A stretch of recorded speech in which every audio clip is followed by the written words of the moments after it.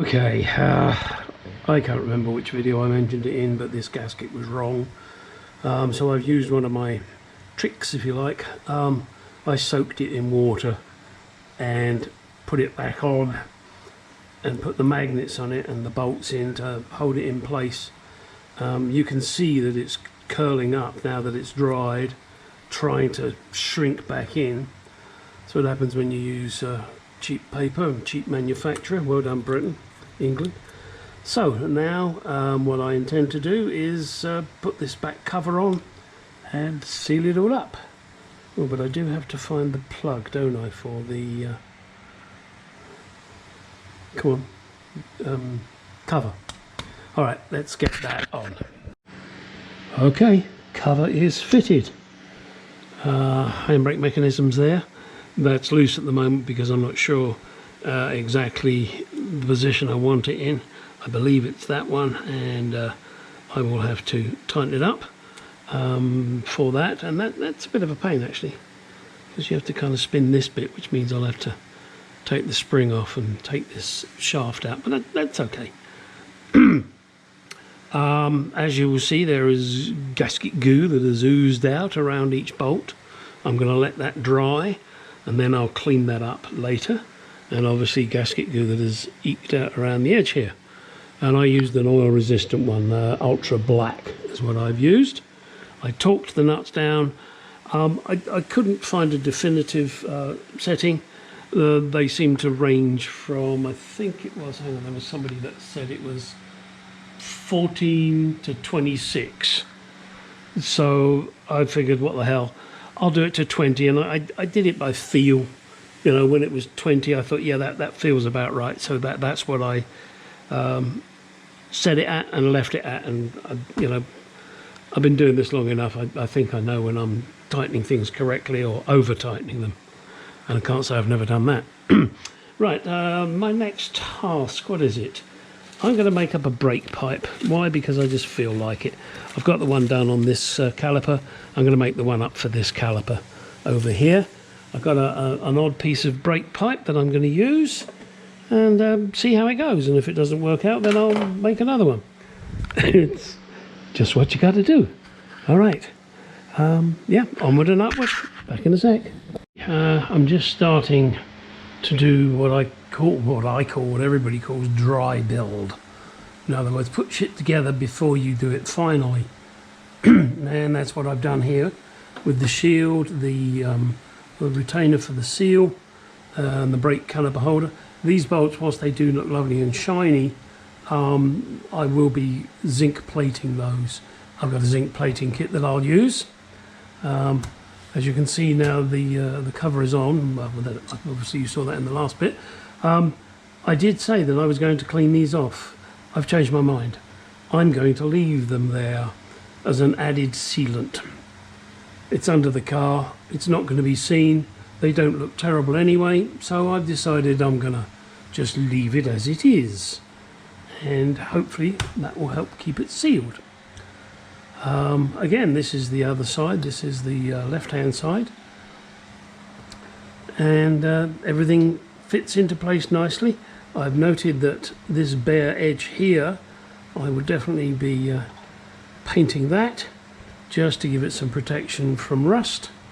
I don't think it will rust, but hey, you never know. You've got to make sure. So I'll just I'll run a pen around here to mark it, and then I'll give that a paint. Now I do have the shims still to go in, and this is where dry building is going to be handy, because they are to center the caliper, which is what you need to do when you've got the rotor on there. So my next task, again dry build, will be to put the half shaft in, put the hub on with the rotor, and make sure it's as central as it can be. I do have this shim here and these shims here. Now that was with the original discs. I've got nice brand new discs, so things may well change. Let's get on and dry build that. Okay, so we move on. Just zinc plated these, ready to be installed. Not too worried about the finish, obviously, because they're going to be tucked away out of sight, and these will be well hidden and crushed to a degree. I bought the washer for this. Hang on, let me show you here. This washer. I wanted a copper washer there, something soft to form a decent seal. It's kind of odd, these ends, but there you go. And I couldn't get one that was any smaller than that, but that doesn't matter. The other end, of course, is the larger end, which goes into the chassis, part of the chassis. There's a bracket that it fits into. I've got this disc now ready. Before I can do the finish of the dry build, I need to push in or press in the bearing race and then slide the bearing over the shaft so that it will rest correctly, and then I can put the disc on with the hub and see if I've got the clearance that I require. So let's get that done. Now, because of the type of bolt and nut that I'm using here, notice they got these lovely flanges on them, which I like because it saves having a washer. But on the nut, I've had to grind it off so that it fits in the back up against the axle. As you can see there, that's got the edge ground off. Okay, just wanted to point that out in case you do the same as me. Okay, here are the two stub axles. Yeah, I guess that's what you call them. Hubs are ready to be powder coated. They're all masked up, ready with special tape. This is heat resistant tape. However, its main objective is to prevent powder coat getting on these surfaces where I don't want it. And if you flip them, that will get coated as well.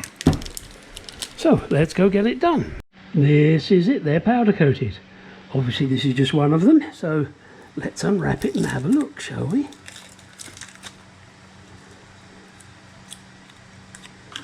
Yeah, let's in there, a pair of scissors.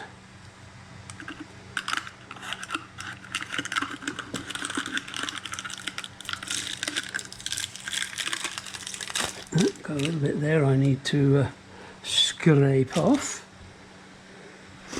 There's my scrapey off tool, there it is. We're going to get the sander on that in a minute.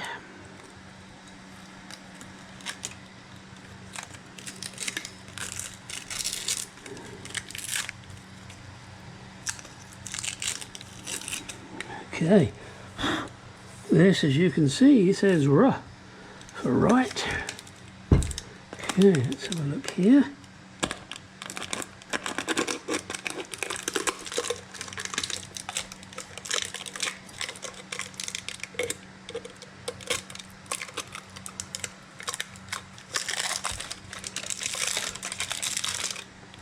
It's like unwrapping a Christmas present.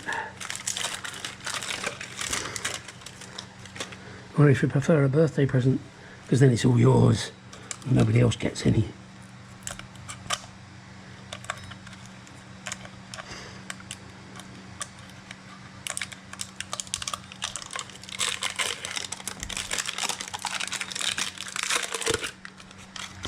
Now I will be cleaning inside there before I put these on. I did mean to do it before I powder coated them, but I forgot. Alright, so there you go. That's it, nicely powder coated. Yeah, I could have done them in black, but my car's red, so I figured I'd do these in red. Alright. Nice, very nice. Yes, apart from that, which is not so nice. Got to clean that in there. Make it squeaky clean. And here is one I prepared earlier. Yes. Got my nice new stainless steel nuts and bolts on there with locking washers, and I have put copper grease between these two surfaces, between this surface and this surface.